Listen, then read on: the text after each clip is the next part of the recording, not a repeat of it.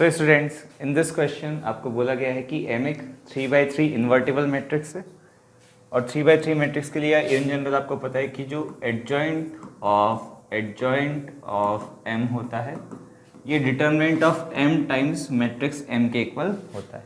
ठीक है, ये आप मैट्रिक्स की स्टैंडर्ड प्रॉपर्टीज में पढ़ते भी हो और आप चाहो तो इसको प्रूव भी कर सकते हो।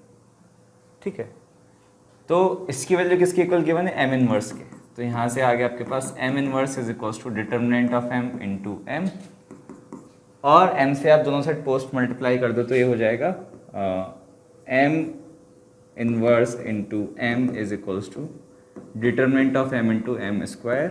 M इनवर्स इंटू M क्या हो जाएगा? Identity matrix is equals to determinant of M into M square.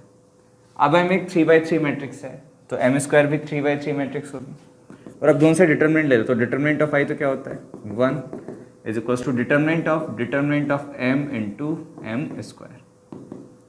तो यहाँ से 1 इक्वल्स टू हो जाएगा, ये जो स्केलर टाइम्स मैट्रिक्स का डिटर्मिनेंट होता है और ये 3x3 मैट्रिक्स है तो स्केलर का क्यूब आ जाएगा, यानी कि डिटर्मिनेंट ऑफ M का क्यूब ऑलरेडी आ जाएगा टाइम्स M स्क्वायर का डिटर्मिनेंट इक्वल्स टू दिस। अब डिटर्मिनेंट की प्रॉपर्टी से आपको पता है कि डिटर्मिनेंट ऑफ M स्क्वायर किसके बराबर होता है? डिटर्मिनेंट ऑफ M के होल स्क्वायर के। ठीक है, ये तो क्या बन गया? डिटर्मिनेंट ऑफ M की पावर 5 इक्वल्स टू 1, और एक रियल नंबर है तो डिटर्मिनेंट ऑफ M की एक ही वैल्यू पॉसिबल है जो कि कितनी है? 1। और अगर डिटर्मिनेंट ऑफ M 1 आ गया तो इस रिलेशन को एक बार गौर से देखो, इसमें डिटर्मिनेंट ऑफ M की वैल्यू 1 पुट कर दो तो यहाँ से M स्क्वायर इक्वल्स टू आ गया I। देख लो अभी तक कौन कौन से ऑप्शन टिक हो रहे हैं। C करेक्ट है और determinant of M equals to 1 भी करेक्ट है। अब आपको ऑप्शन नंबर डी देखो, डी में क्या बोला गया? एडजॉइंट ऑफ M स्क्वायर, और ये आपकी प्रॉपर्टी होती है कि इसकी जो वैल्यू है वो एडजॉइंट ऑफ M स्क्वायर के इक्वल होती है। नाउ M स्क्वायर किसके इक्वल है? I के, तो ये एडजॉइंट ऑफ I हो जाएगा, और एडजॉइंट ऑफ I अपने आप में किसके इक्वल होता है? I के।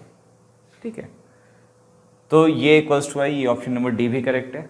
और M स्क्वायर अगर आइडेंटिटी मैट्रिक्स है तो ऐसा कोई ज़रूरी नहीं कि M भी आइडेंटिटी मैट्रिक्स हो, तो A का होना कोई ज़रूरी नहीं है। So the correct options are B, C and D।